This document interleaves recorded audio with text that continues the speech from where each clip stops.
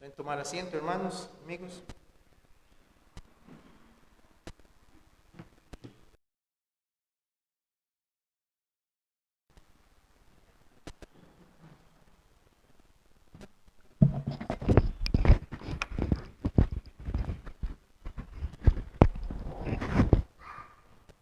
Vamos a buscar en el libro o en la epístola a los Hebreos. Vamos a buscar Hebreos capítulo 12 y a partir del versículo 28.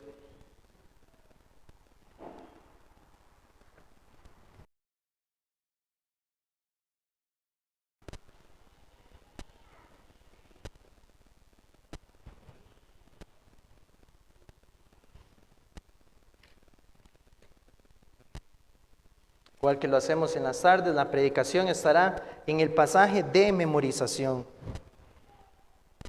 Pero vamos a leer a partir del Hebreos 12, 28, para ver el contexto de lo que el autor a los Hebreos viene exponiendo.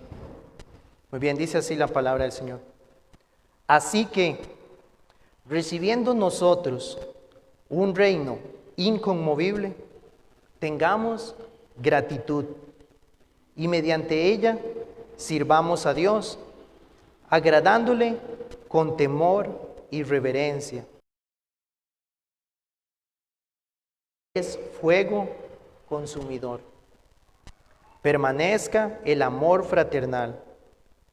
No os olvidéis de la hospitalidad, porque por ella algunos, sin saberlo, hospedaron ángeles.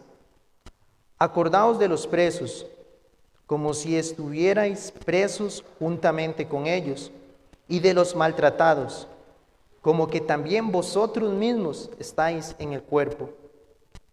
Honroso sea en todos el matrimonio, y el lecho sin mancilla, pero a los fornicarios y a los adúlteros los juzgará Dios.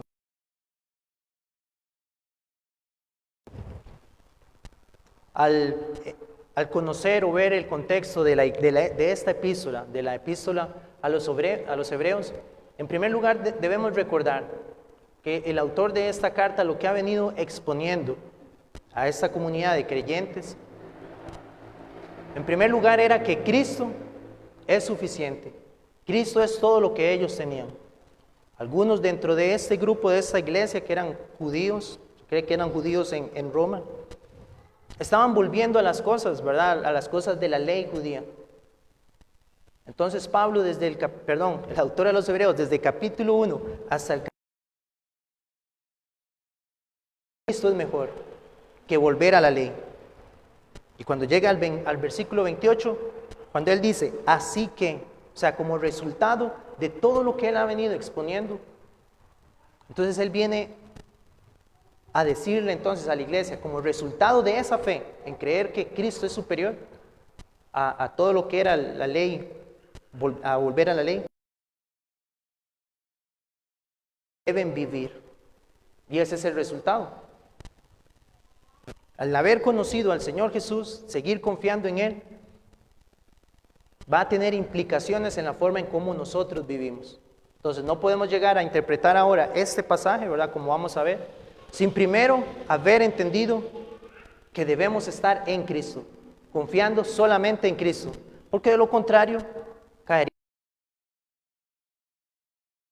Debe actuar o cómo debe comportarse sin entender que primero lo que necesita es ser transformado por Cristo. Confiar plenamente en que Cristo es suficiente para todo lo que usted necesita vivir en esta vida. Primeramente, como nuestra salvación, cerca del matrimonio. Cuando el apóstol aquí, o el autor más bien, aquí dice, honroso sea en todos el matrimonio.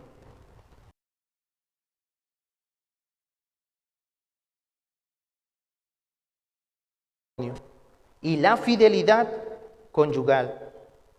Y luego dice, porque Dios juzgará a los adúlteros y a todos los que cometen inmoralidades sexuales. Entonces, lo primero que vemos entonces es que ese autor, ¿verdad? En Cristo es que el cristiano debe tener en alta estima Y esa palabra también se puede decir como lo más precioso, como algo de gran valor, el matrimonio.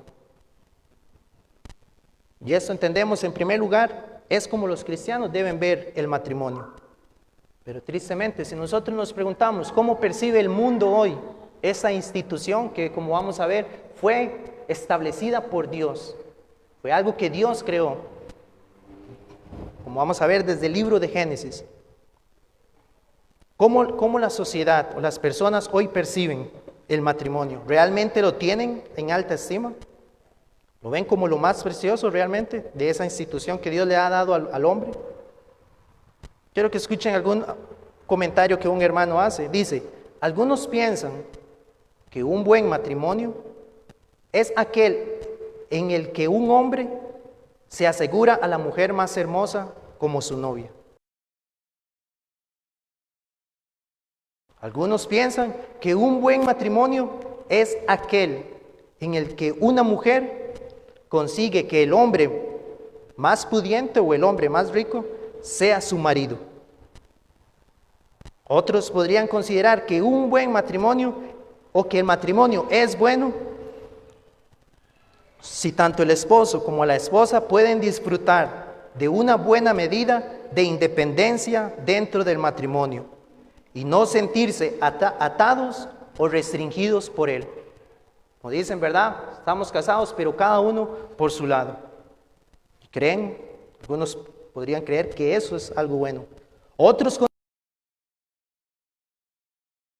que el hombre encuentra una esposa que hará lo que le diga, o sea, que hará todo lo que él diga. O es un buen matrimonio en el que la mujer encuentra un marido que le dará todo lo que ella quiere. Tristemente, como les digo, que existen en el mundo acerca de lo que implica el matrimonio, vienen con estas motivaciones. Lo que debemos nosotros juzgar es entonces si un cristiano debe considerarlo de esta manera.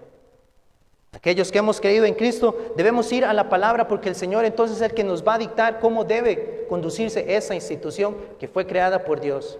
No fue una invención del hombre.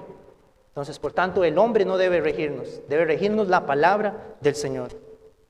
Todas estas ideas de matrimonio resultarán desastrosamente decepcionantes porque están muy por debajo de lo que Dios pretende en el matrimonio.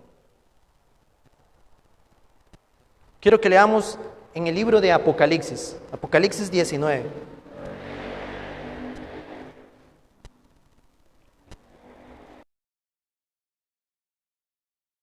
Apocalipsis 19, versículo 7.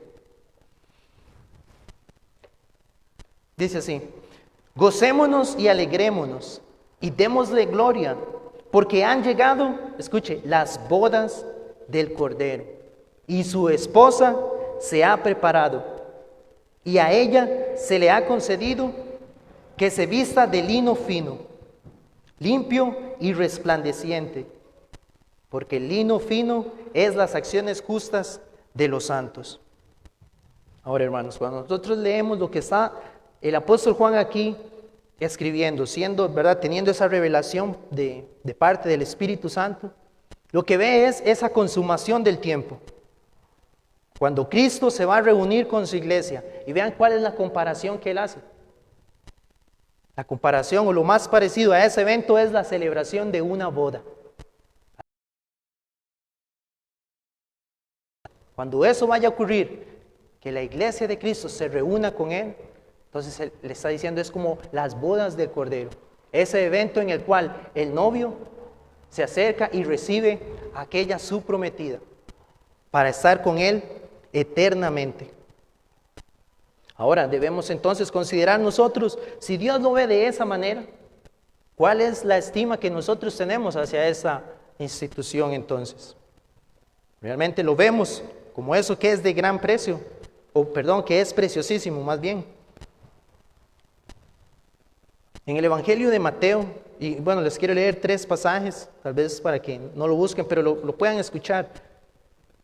Cuando Dios habla acerca de cómo debe ser esta institución, Él lo dice así, en Mateo 19:5 dice, y dijo, por esto el hombre dejará padre y madre, y se unirá a su mujer, y los dos serán una sola carne. En Marcos 10, del 7 al 8, repite la misma idea. Por eso dejará el hombre a su padre y a su madre y se unirá a su carne. Así que no son ya más dos, sino uno. Y en Efesios 5, 31 también está el mismo concepto. Por esto dejará el hombre a su padre y a su madre y se unirá a su mujer y los dos serán una sola carne. Entonces Dios ya viene revelándonos a través de la Escritura lo que esto implica, que es cómo se constituye esta relación. Ahora quiero leerles lo que dice nuestra confesión. Dice, el matrimonio ha de ser entre un hombre y una mujer. Increíble, ¿verdad? Que eso hay que definirlo así ahora, pero en el pasado eso era normal. Pero es importante aclararlo. El matrimonio ha de ser entre un hombre y una mujer. No es lícito para ningún hombre tener más de una esposa, ni para ninguna mujer tener más de un marido. Y escuche el párrafo 2. El matrimonio fue instituido para la mutua ayuda de esposa, para el género humano por medio de una descendencia legítima y para evitar las impurezas. Ahora, como sabemos, ¿verdad? Esta afirmación se sostiene bíblicamente, ¿verdad? No fue la idea de los hermanos, lo sistematizaron, pero todo está contenido en la Escritura.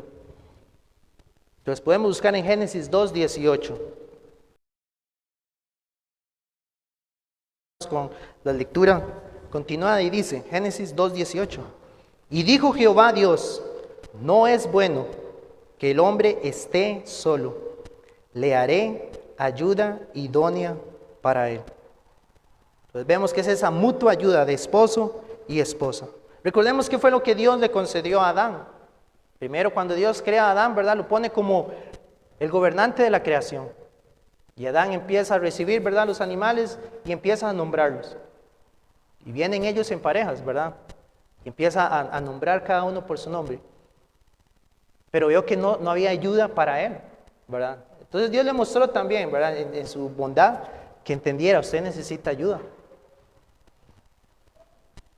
Busquemos ahora Proverbios 2:17.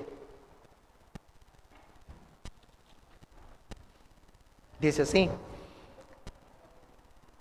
Porque dice, la cual abandona al compañero de su juventud y se olvida del pacto de su Dios.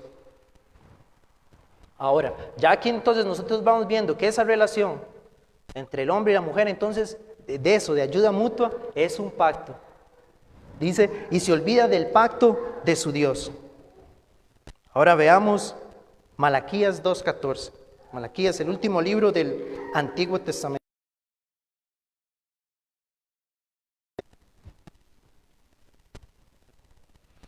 Vamos a ver. Leámoslo del 13, dice.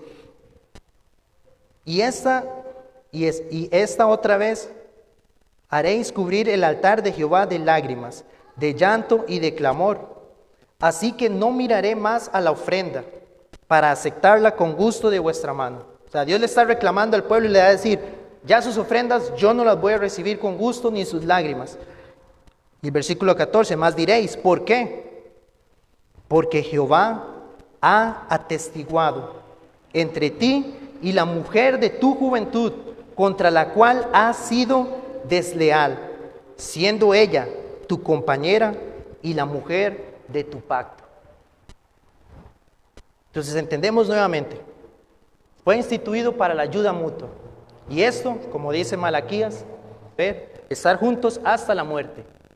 Y el que está siendo testigo de esa confesión que ellos hacen es Jehová. Ahora, como les digo, el creyente debe entenderlo de esta manera, porque el mundo no lo ve así. Es muy sencillo deshacer esa unión, y aún por los motivos más absurdos que puedan existir. Pero nosotros debemos entender como creyentes y por eso tenerlo en lo más estima, porque vamos a ver a qué apuntaba esta relación también, a qué nos llevaba el Señor, porque el Señor va a ir revelando. En el Antiguo Testamento empiezan a llevar estas relaciones. Vamos a ver que luego en el Nuevo Testamento Dios dice por qué era tan importante que ellos permanecieran leales hasta la muerte, hasta ese momento. Entonces el matrimonio no es solo un pacto, como ya vemos que la Escritura lo dice, entre el marido y su mujer, dice, es un pacto con Dios, que Él presencia y sella. Él oye las promesas que se hacen el uno al otro, los votos que pronuncian. Él es testigo de la... Dice, y Él los hará responsables de sus propias palabras. Dios honra en gran manera el matrimonio porque Él mismo lo instituyó en la creación. Vemos que así ha sido. Ahora, ¿cómo va a ser esa relación? Debe celebrarse como un pacto, en primer lugar, como hemos visto, en el que tanto el esposo como la esposa prometen ante Dios realizar los deberes que Dios le ha asignado a cada uno. El matrimonio entonces no es que usted va a llegar a formar parte o a hacer ahí lo que usted quiera, sino que Dios ha establecido el papel y el rol para cada uno, cómo deben conducirse en esa relación. Por eso entonces, como les menciono, el Hijo de Dios, aquel que es gobernado por Cristo, va a la palabra para entonces en eso dirigir. No a llegar entonces según lo que Él cree debe ser el principio de cómo debe comportarse en esa relación. Ahora, el esposo, ¿qué es lo que promete? Amar fielmente a su esposa, como vamos a ver, como Cristo ama a su iglesia. Servirla a ella, consolarla, honrarla y abandonar a todas las demás y además mantenerse firme en la fe con ella mientras ambos vivan.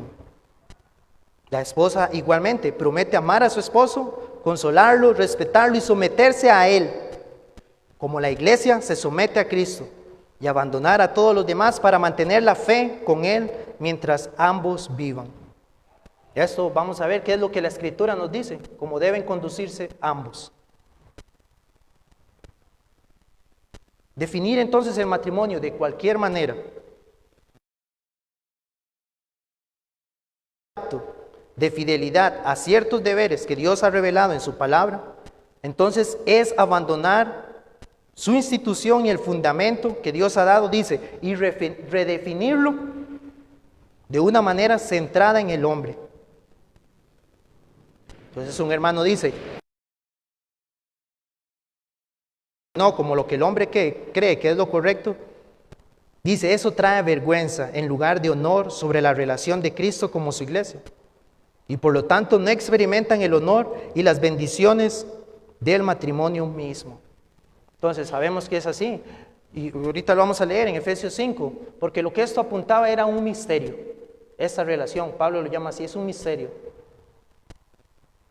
Pero cuando, por la gracia del Señor, un hombre y una mujer pueden conducirse como Dios lo ha establecido en su palabra, eso glorifica a Cristo.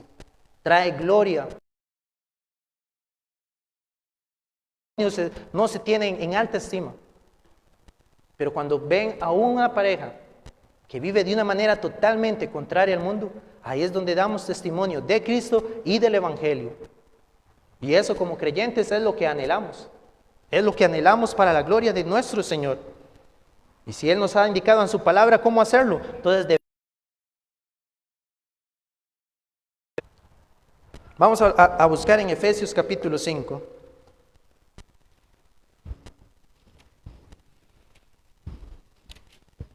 Vamos a leer a partir del versículo 22, dice así: las casadas estén sujetos a sus propios maridos, como al Señor. Porque el marido es cabeza de la mujer, así como Cristo es cabeza de la iglesia, la cual es su cuerpo, y Él es su Salvador. Así que, como la iglesia está sujeta a Cristo, así también las casadas lo estén a sus maridos en todo. Maridos, amad a vuestras mujeres, así como Cristo amó a la iglesia, y se entregó a sí misma por ella, para santificarla, habiéndola purificado en el lavamiento del agua por la palabra, a fin de presentársela a sí mismo una iglesia semejante, sino que fuese santa y sin mancha. Así también los maridos deben amar a sus mujeres como a sus mismos cuerpos. El que ama a su mujer, a sí mismo se ama. Porque nadie aborreció jamás a su propia carne, sino que la sustenta y la cuida, como también Cristo a la iglesia. Porque somos miembros de su cuerpo, de su carne y de sus huesos. Y lo que había leído, por esto dejará el hombre a su padre y a su madre y se unirá a su mujer, y los dos serán una sola carne. Grande es este misterio, mas yo digo esto respecto de Cristo y de la iglesia. Ahora, hermanos, ahí es donde nosotros vemos, porque tanto, ¿verdad?, aquellos que hoy ya están casados, como aquellos que estamos en la soltería y preparándonos para eso, debemos ver el estándar que Dios ha establecido de cómo debe llevarse esto. Y el ejemplo que vamos a tener entonces es Cristo. Obviamente entendemos, porque alguien podría decir, o sea, es nuestro Señor, no voy a llegar a ser como Él. Pero bueno, Dios nos ha dado su Espíritu Santo, el cual nos auxilia para poder ejercer esto. Es cierto, no a la perfección, pero Dios nos va a ir transformando y nos va a ir ayudando cada día, tanto al hombre para amar a su esposa, como Cristo, como el amor de Cristo hacia la iglesia, y a las esposas, ¿verdad?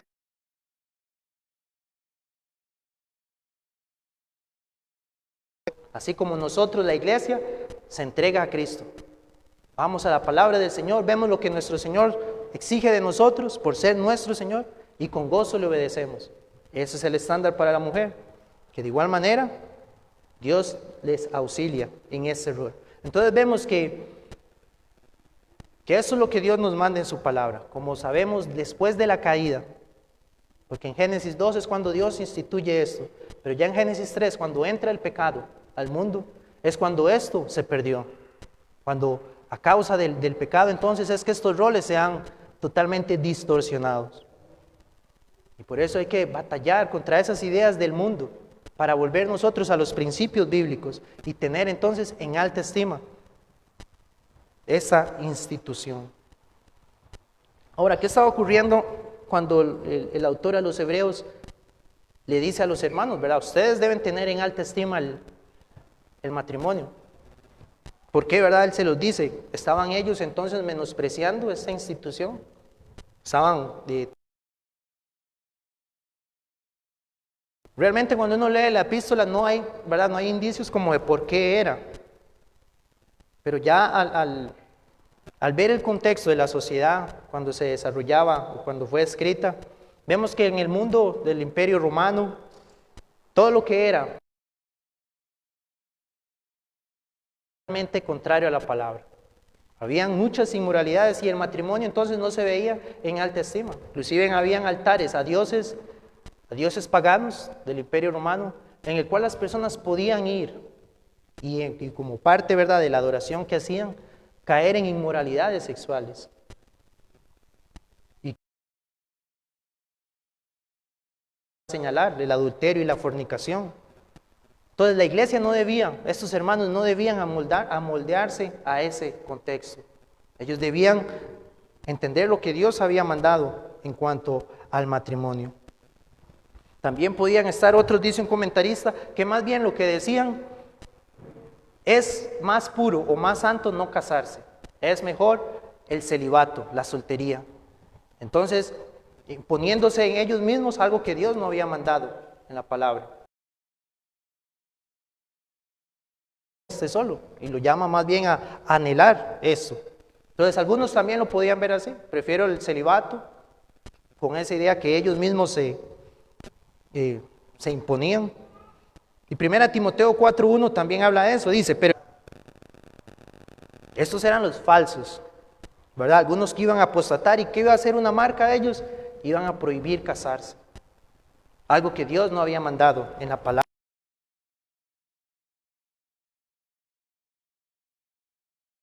El autor les dice, no, ustedes ténganlo en alta estima. Vean que es un pacto que Dios ha establecido y condúzcanse con los roles que Dios les ha dado, porque esto va a glorificar a Dios, porque esa es la relación de Cristo con su iglesia. Ese es el evangelio que van a reflejar al mundo. Y nosotros, ¿verdad?, de la misma manera que como creyentes queremos ser fieles al exponer la verdad de la palabra, un matrimonio centrado en Cristo, como decía decía un escritor, decía, un pedacito de cielo en la tierra es un buen matrimonio centrado en Cristo. Podemos verlo así, cuando se conducen los roles de acuerdo a lo que la palabra dice, de Cristo con la iglesia, como ellos se conducen. Y realmente es muy grato, ¿verdad? En medio nuestro saber que hay hermanos que Dios les ha dado esa gracia para conducirse de esta manera. Y cuando uno ve esas relaciones, uno dice, qué bueno como Dios, ¿verdad? Ha hecho esa obra en ellos, que ese matrimonio, los que estamos solteros, desearíamos entonces que así fuera el nuestro, porque está centrado en Cristo. Pero vea lo opuesto que dice este autor. Dice, un mal matrimonio aquí en la tierra es un buen ejemplo del infierno. Así lo dice. También nosotros debemos recordar, y la palabra lo dice, ¿verdad? Que por causa de nuestro pecado, por causa del pecado del hombre, es que entonces muchos de los matrimonios se terminan. Y en la palabra nosotros vemos que hay dos razones por las cuales el hombre puede concluir o terminar su relación. Y es lo que luego va a hablar aquí el autor. El adulterio o por el abandono de uno de los cónyuges. Pero esto no era así, porque delante de Dios es un pacto hasta la muerte. Entonces, los que están en la soltería debemos prepararnos y entender lo que eso implica, ¿verdad? Y aquellos que hoy Dios les ha concedido un matrimonio, sabemos que hay muchos, ¿verdad?, que se casaron sin conocer la palabra, sin conocer el evangelio, y ahora que son creyentes, ocurre en muchos contextos, ¿verdad?, que uno de los dos conoce al Señor por la gracia, pero el otro no. Pero la palabra también nos da consejos ahí, porque lo que nos dice es que si el otro no lo quiere abandonar, quédese con él o con ella. Y siga, ejerza su rol como Dios lo ha mandado en su palabra, porque usted lo hace. Entonces más bien va a glorificar a Dios y puede dar la oportunidad entonces para que su pareja escuche el evangelio. Porque de qué otra manera escuchará el evangelio. Lo tiene a usted o la tiene a usted ahí para que usted le hable acerca del evangelio. Y eso es lo que Dios le manda hacer, y seguir su rol, y Dios será en su soberanía el que decide actuar en el corazón de esa otra persona. Ahora, entonces, el autor a los Hebreos, para ver la otra parte del versículo, entonces dice, honrosos sean todos el matrimonio y pero a los fornicarios y a los adúlteros los juzgará Dios. Entonces, como les mencionaba, el contexto en ese momento era de toda la inmoralidad que inclusive tanto en la sociedad como en ritos religiosos lo hacían. Dios ha establecido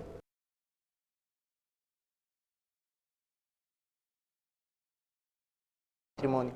Así fue como Dios lo estableció y lo vemos claramente así enseñado en la palabra. Ahora, para el mundo eso es totalmente absurdo. Hablar de eso nos tacharían, ¿verdad?, de muchas ofensas. Pero si nosotros como creyentes queremos ser fieles a la palabra y ese es nuestro anhelo, entendemos que Dios ha establecido ese marco en el cual el hombre y la mujer pueden disfrutar de la mente. Fuera de esto lo vemos que entonces va a acarrear un juicio de parte del Señor. Pero a los fornicarios y a los adúlteros los juzgará Dios.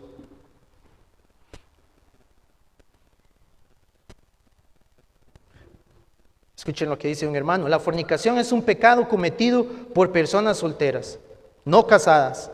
Y aunque entre los gentiles, por eso les decía, podían, dentro inclusive de templos, supuestamente con la adoración a dioses paganas, tener relaciones, y lo veían de algo como parte de la adoración, ¿verdad?, en su ignorancia. Dice, aunque para los gentiles era algo indiferente, dice, es contrario a la ley de Dios, es una obra de la carne. Lo hace el reino de Dios y hace descender los juicios de Dios sobre esa persona aquí y en el futuro. Y este comportamiento se opone totalmente al matrimonio, que está más bien designado para impedir eso. Y luego el pecado del que son culpables los adúlteros es aquel pecado que es cometido por personas que claramente están casadas y por lo tanto es una contaminación del lecho conyugal. En el antiguo pacto esto era castigado con la muerte por la ley de Dios. Y aunque los hombres lo tomen a la ligera, Dios juzgará y castigará a quienes lo cometen. Pobrezas y desgracias, como en el mundo venidero, en el gran día del juicio. Porque por muy secretamente que se cometa, Dios, que es omnisciente, lo ve y lo juzgará. Y nadie podrá escapar del justo juicio de Dios por este pecado, porque Él es omnipotente y Él es omnisciente. Ahora, hermanos, veamos lo que dice la palabra. Apocalipsis 22:12 dice: He aquí yo vengo pronto y mi galardón conmigo, para recompensar a cada uno según sea su obra. Yo soy el alfa y el omega, el principio y el fin, el primero y el último.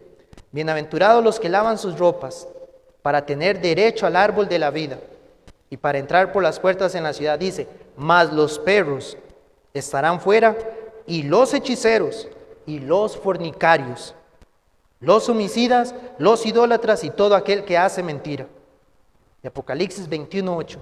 Pero los cobardes e incrédulos, los abominables y homicidas, y dice, los fornicarios, hechiceros, los idólatras y todos los mentirosos tendrán su parte en el lago que arde con fuego y azufre, que es la muerte segunda. Primera Corintios. ¿No heredarán el reino de Dios? Dice, no erréis, o sea, no se equivoque, ni los fornicarios, ni los idólatras, ni los adúlteros, ni los afeminados, ni los que se echan con varones, ni los ladrones, ni los avaros, ni los borrachos, ni los maldicientes, ni los estafadores heredarán el reino de Dios. Entonces estamos hablando de un pecado que es terrible, que va a acarrear la condenación de muchos. Digo, esto es una muy mala noticia para aquel que hoy pueda estar dominado por alguno de esos pecados que son obras de la carne. En muchos contextos la persona dice es que tenía un espíritu, ¿verdad?, de fornicación o un espíritu de adulterio. Y no, la Biblia claramente deja que eso es una obra, muestra que eso es una obra de la carne, del pecado.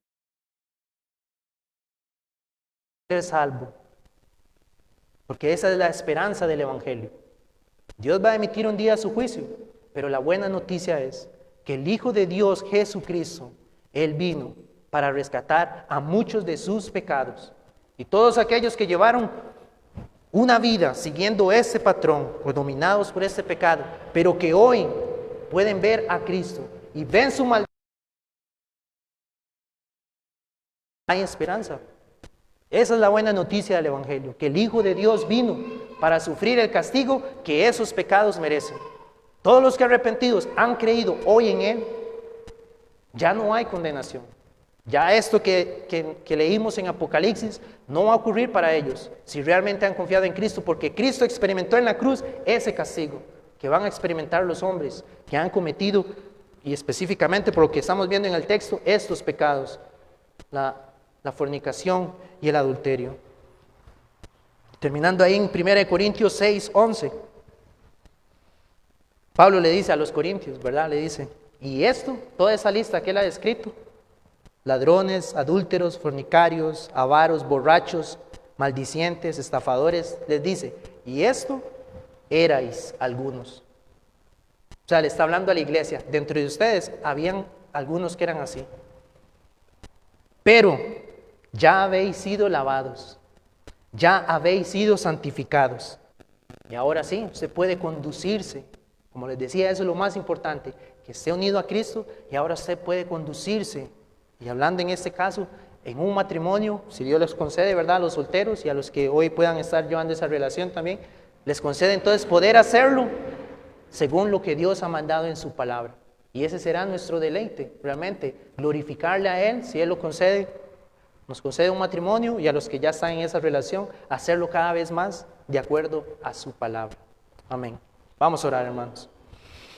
Bendito Dios, te damos gracias porque sabemos que a través de tu palabra, tu Espíritu Santo nos puede iluminar, redarguir a nosotros, corregirnos a través de lo que la palabra nos enseña. Señor, te pedimos para que hemos aprendido, nosotros podamos realmente anhelar más de Cristo en nuestras relaciones. Guarda a los matrimonios aquí en medio nuestro para que ellos reflejen el Evangelio de Cristo. Concede tanto hermanos y hermanas solteras también el anhelo de prepararse y ver en tu palabra lo que tú demandas de nosotros para esa relación. Y que anhelemos poder formar familias para tu gloria. Y que el mundo pueda ver que sí se puede llevar una relación correcta, en el cual el hombre protege y da su vida por su mujer, y la mujer con gozo se somete bajo el liderazgo de ese hombre que te teme a ti. Señor, guárdanos en esta semana, cuídanos para ser fieles a ti, y danos el gozo para estar el próximo miércoles aquí, para orar juntos, y de hoy en 8 días para nuevamente venir a adorarte. En el nombre de Jesús. Amén y amén. Bien, hermanos, Dios les bendiga. Quedamos despedidos.